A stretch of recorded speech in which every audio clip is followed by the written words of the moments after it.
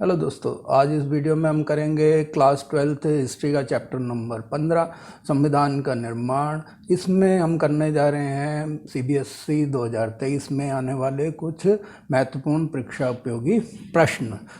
तो शुरू करते हैं वीडियो को। बने रहिए मेरे साथ आखिर तक और ध्यान से देखें अगर आप चाहते हैं अच्छे अंक प्राप्त करना। तो पहला प्रश्न है, उद्देश्य प्रस्ताव में किन आदर्शों पर जोर दिया गया था? तो इसका उत्तर है कि उद्देश्य प्रस्ताव को 13 दिसंबर 1946 को जवाहरलाल नेहरू द्वारा संविधान सभा में पेश किया गया था। इसमें निम्नलिखित आदर्शों पर जोर दिया गया। तो पहला है स्वतंत्र संप्रभु गणराज्य। भारत एक स्वतंत्र संप्रभु गणराज्य होगा, अर्थात यह पूर्णतः आंतरिक और बाहरी नियंत्रण से मुक्त होगा। तो इसका मुखिया जो है वो लोगों के द्वारा निर्वाचित होगा, यानी कि जो सर्वोच्च पद पे चुना जाएगा, संवैधानिक सर्वोच्च पद पर, वो लोगों द्वारा चुना जाएगा। और दूसरा है नागरिकों को समानता और स्वतंत्रता का वादा किया गया। यह आश्वासन दिया गया कि सभी भारतीय नागरिकों को न्याय, समानता और स्वतंत्रता प्रदान की जाएगी कुछ मूल अधिकारों के द्वारा। और तीसरा है अल्पसंख्यकों के हितों की रक्षा।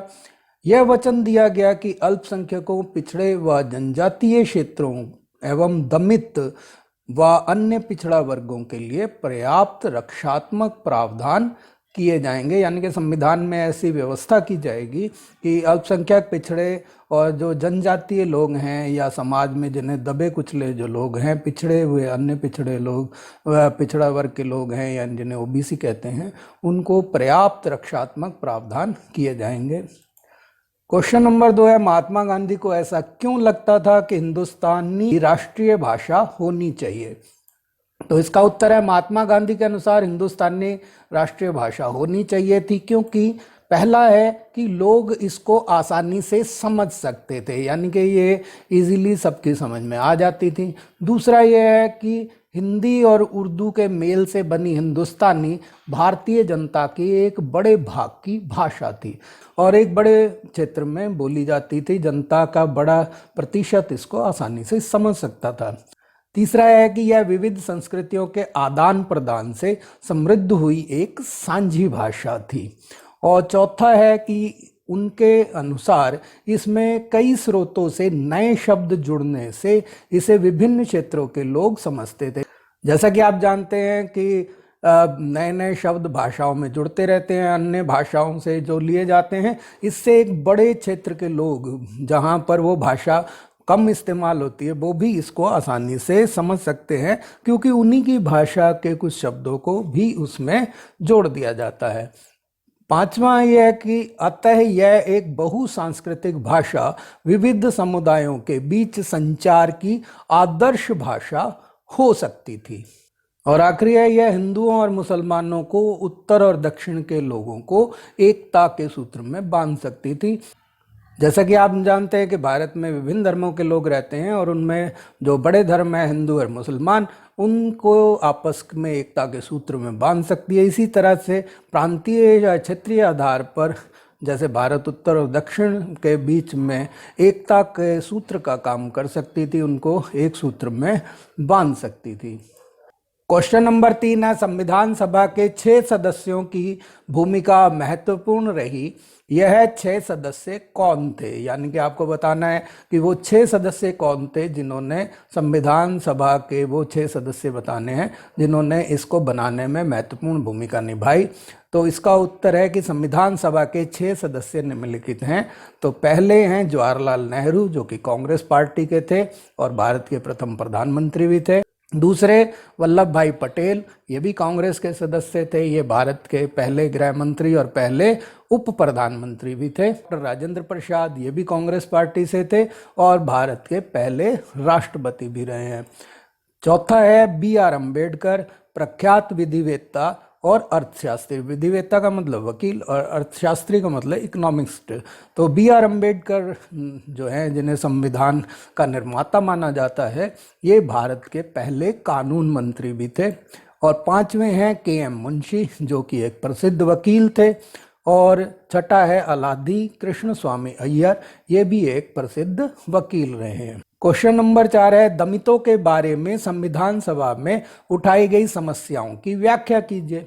तो इसका उत्तर है संविधान सभा के दमित समूहों की सुरक्षा के पक्ष में किए गए विभिन्न दावे निम्नलिखित हैं। पहला है संविधान सभा के समक्ष दमित जातियों के अधिकारों को किस प्रकार परिभाषित किया जाए, यह एक समस्या थी।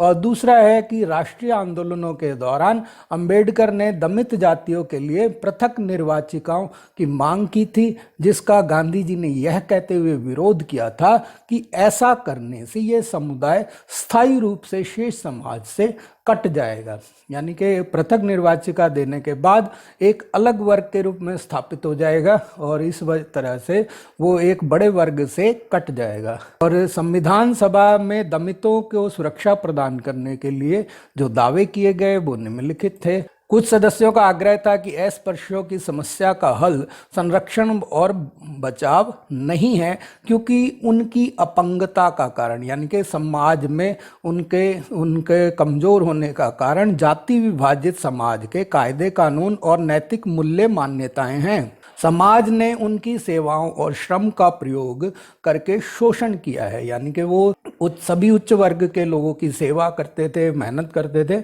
लेकिन उनका हमेशा शोषण ही किया गया, परंतु उन्हें सामाजिक तौर पर दूर रखा गया, यानी कि अपने समाज का एक हिस्सा न मान के समाज से अलग थलग कर दिया गया था, जबकि वो सभी वर्गों की सेवा का कार्य करते थे। अन्य जातियों के लोग घुलने मिलने से कतराते हैं, उनके साथ खाना नहीं खाते और उन्हें मंदिरों में जाने भी नहीं दिया जाता था। चौथा कारण है कि मद्रास के सदस्य KJ नागप्पा ने कहा कि वह हमेशा कष्ट उठाते रहे हैं, परंतु अब और कष्ट नहीं उठाएंगे। उन्होंने कहा कि हरिजन अल्पसंख्यक नहीं है, क्योंकि अल्पसंख्यक का मतलब है जो संख्या में कम हो, तो जनगणना में उनका भाग जो है 20 से 25% है। उनकी पीड़ा इस कारण सदा उनको हाशिए पर रखना था। हाशिए का मतलब एक किनारे कर देना। तो उनकी दुख का कारण, उनकी पीड़ा का कारण ये था कि इतने बड़े वर्ग को, जो 20 से 25% है आबादी का, उसको बिल्कुल किनारे कर दिया गया है और उनको शिक्षा और शासन में हिस्सेदारी नहीं दी गई है। अगला कारण है मध्य प्रांत के जे खांडेलकर ने कहा, हमें हजारों साल से दबाया गया है कि हमारा दिमाग और देह काम नहीं करती और अब हमारा हृदय भी भाव शून्य हो चुका है, ना ही हम आगे बढ़ने लायक रह गए हैं। तो ये एक बहुत ही आपको मार्मिक विचार यहाँ पे लगेंगे कि हजारों सालों से जिस वर्ग को दबा दिया गया हो, तो ना तो उनका दिमाग काम करता है, ना देह काम करती है और दिल में भी कोई भावना शेष नहीं बची है। अब वो इतने ज़्यादा होपलेस हो गए हैं कि उन्हें लगता है कि अब हम आगे बढ़ने लायक भी नहीं रहे हैं। इस प्रकार संविधान सभा में दमितों के लिए विभिन्न प्रकार के दावे किए गए। अंत में संविधान सभा ने निम्नलिखित सुझाव दिए। तो जो सुझाव दिए गए वो इस प्रकार हैं। पहला, के रूप में, पॉइंट के रूप में लिख रहे हैं कि अस्पृश्यता का उन्मूलन किया जाए। और दूसरा है हिंदू मंदिरों को सब जातियों के लिए खोल दिया जाए। और तीसरा है कि निचली जातियों को विधायिकाओं और सरकारी नौकरियों में आरक्षण दिया जाए। क्वेश्चन नंबर 5 है आदिवासियों के बारे में संविधान सभा में उठाई गई समस्याओं की व्याख्या कीजिए, वे उनके लिए क्या चाहते थे। तो इसका उत्तर है कि पहला पॉइंट है कि आदिवासियों के बारे में संविधान सभा में आदिवासियों के शोषण, प्रतिनिधित्व की समस्याओं पर चर्चा की गई। दूसरा है उनके लिए निम्नलिखित मांगे रखी गई। पहला है NG रंगा ने कहा कि अल्पसंख्यकों या आदिवासियों की व्याख्या आर्थिक स्तर पर की जानी चाहिए, यानी कि उनका जो इकोनॉमिकल बैकग्राउंड है उसके आधार पर उनको देखना चाहिए। है कि संविधान द्वारा दिए गए अधिकारों का जनता प्रभावी ढंग से प्रयोग कर सके, इस प्रकार की परिस्थितियां होनी चाहिए। और है निचली जातियों को विधायिकाओं और सरकारी नौकरियों में आरक्षण दिया जाए। और अगला पॉइंट है, जयपाल सिंह ने आदिवासियों को संरक्षण प्रदान करने पर बल दिया और कहा कि आदिवासियों को प्रतिनिधित्व प्रदान करने के लिए विवश किया जा सकेगा, अन्यथा आदिम और पिछड़ा मानते हुए शेष समाज उन्हें हिकारत की दृष्टि से देखना है। वह आदिवासियों और शेष समाज के बीच भावनात्मक और भौतिक फासले को खत्म करना चाहते थे। क्वेश्चन नंबर 6, संविधान सभा में मुख्य भूमिका निभाने वाले सदस्यों के कार्यों का मूल्यांकन कीजिए। ये प्रश्न पहले भी आया, लेकिन उसमें सिर्फ नाम पूछे गए हैं सदस्यों के और यहाँ पर उनके कार्य का मूल्यांकन करने को बोला गया है। तो इसका उत्तर है, संविधान सभा में 300 सदस्य थे, परंतु मुख्य भूमिका निभाने वाले 6 व्यक्ति थे। उनके कार्य जो हैं वो निम्नलिखित थे। पहला है जवाहरलाल नेहरू, जो कांग्रेस के सदस्य थे। उन्होंने ऐतिहासिक उद्देश्य प्रस्ताव और राष्ट्रीय ध्वज का प्रस्ताव पेश किया है, यानी कि उन्होंने संविधान का उद्देश्य प्रस्ताव रखा और राष्ट्रीय ध्वज यानी कि हमारे तिरंगे झंडे का प्रस्ताव पेश किया था। उनके प्रस्ताव में ही राष्ट्रीय ध्वज में केसरिया, सफ़ेद और गहरे हरे रंग के 3 बराबर चौड़ाई वाली पट्टियों का तिरंगा झंडा होगा, जिनके बीच में नीले रंग का चक्र होगा, जिसे हम अशोक चक्र कहते हैं, का उल्लेख किया गया था। दूसरे हैं सरदार वल्लभ भाई पटेल, जो कि कांग्रेस के ही मेंबर थे। उन्होंने कई रिपोर्टों के प्रारूप लिखे और कई परस्पर विरोधी विचारों के मध्य सहमति पैदा करने में महत्वपूर्ण भूमिका निभाई। तो सरदार वल्लभ भाई पटेल जो है संगठनात्मक जो अपने योग्यता थी उसकी वजह से जब कभी भी परस्पर विरोधी विचार हो जाते थे तो मध्यस्थ की भूमिका उसमें अदा करते थे। तीसरा है डॉक्टर राजेंद्र प्रसाद, जो कि कांग्रेस के नेता थे। तो यह संविधान सभा के अध्यक्ष होने के कारण चर्चा को रचनात्मक दिशा की ओर ले जाते थे और सबको विचार व्यक्त करने का अवसर प्रदान करते थे। तो संविधान सभा के अध्यक्ष होने के कारण वो बोलने का, चर्चा करने का मौका देते थे, सभी को अपने विचार व्यक्त करने का समय भी देते थे। चौथे हैं B.R. अम्बेडकर, जो कि प्रख्यात विधिवेत्ता यानी कि वकील और अर्थशास्त्री यानी कि इकोनॉमिक्स थे। वह ब्रिटिश शासन के समय कांग्रेस के विरोधी थे, परंतु गांधी जी के परामर्श से वह विधि मंत्री नियुक्त हुए और संविधान सभा में वह प्रारूप समिति के अध्यक्ष भी थे। तो जो संविधान लिखा गया, संविधान के निर्माता के रूप में डॉक्टर B.R. अम्बेडकर को जाना जाता है।